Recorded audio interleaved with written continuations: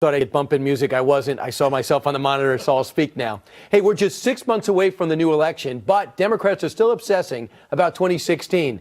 Today, get this, the Democratic National Committee sued the Trump campaign, the Russian government, and WikiLeaks, accusing all of them of conspiring to disrupt the 2016 election. They're not the only ones still living in 2016. According to a brand new book by New York Times reporter Amy Chozick, former First Lady and two-time failed presidential candidate Hillary Clinton acknowledged on election night that she wouldn't win, saying, quote, "I knew it," only in a woman's voice. "I knew this would happen to me. They were never going to let me be president."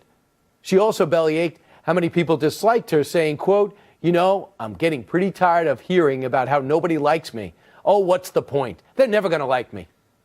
I like Ethan Bierman. He's a Democratic strategist. Ethan, we have a lot to talk about. First off, this Tom Perez-inspired DNC lawsuit against those entities. Is this the stupidest thing you've ever heard? Absolutely not. We did it in 1974 against Richard Nixon as well, and one that ended up being a settlement, $750,000. To who? If somebody does damage to your computer servers, shouldn't they owe you money to fix that? It costs millions of dollars to the DNC.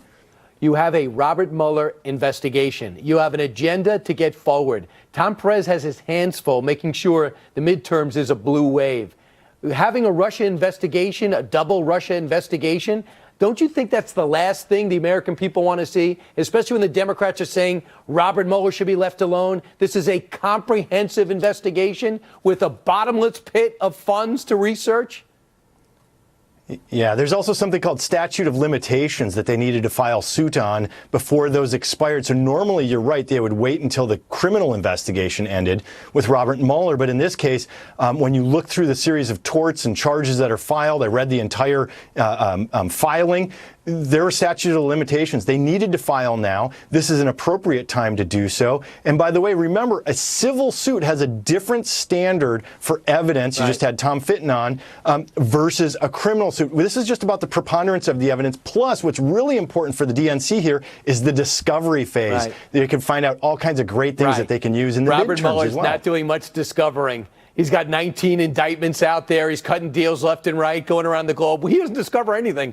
We're about to find out it all. But here's the other thing. If you look at Senator Schumer and others, they know the thing that's going to get more Democrats is going to be coming up with a cure, fixing health care. The thing that's going to get more Democrats handling our debt and deficit. That's getting in touch with the American people. And I notice that they've keeping a low profile on this. They seem to get it. The other thing is it's going to highlight the fact that the DNC were told by the FBI, and they should have been more forward. I'll give you that. Someone hacked into your computer. There's something in your system. The Russians are in your system. And Debbie Wasserman Schultz, the worst director of a major political party in history, in my opinion, didn't do anything. They didn't let it happen. So the Russians nested in there. They never turned over the server. Now, the FBI should have been more forward, but it also highlights the Democrats' negligence because they were alerted early. That's got to bother you.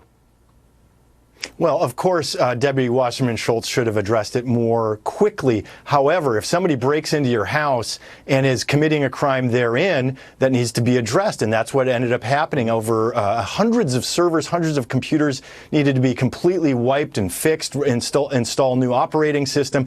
Somebody should pay for that. The Russians are behind it. WikiLeaks could be part of this. The Russian group behind it. And if somebody from the Trump campaign, because remember in this case we have Donald Trump Jr. named, Roger Stone, among others, if those bear out, they should be financially responsible with treble damages. I fully support it. Ethan, just so you know, they have discovery too.